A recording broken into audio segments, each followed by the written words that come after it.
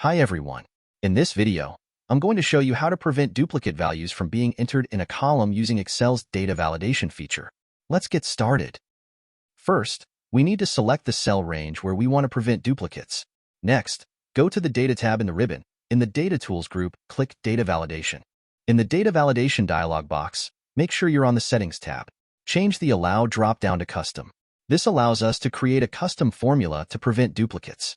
In the Formula field, enter the formula shown on the screen.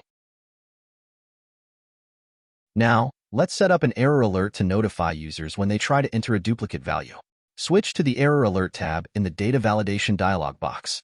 For the title, type Error, and for the error message, type Duplicate Entry Found. Click OK to apply the data validation rule. Now, let's test it out. Try entering a duplicate value.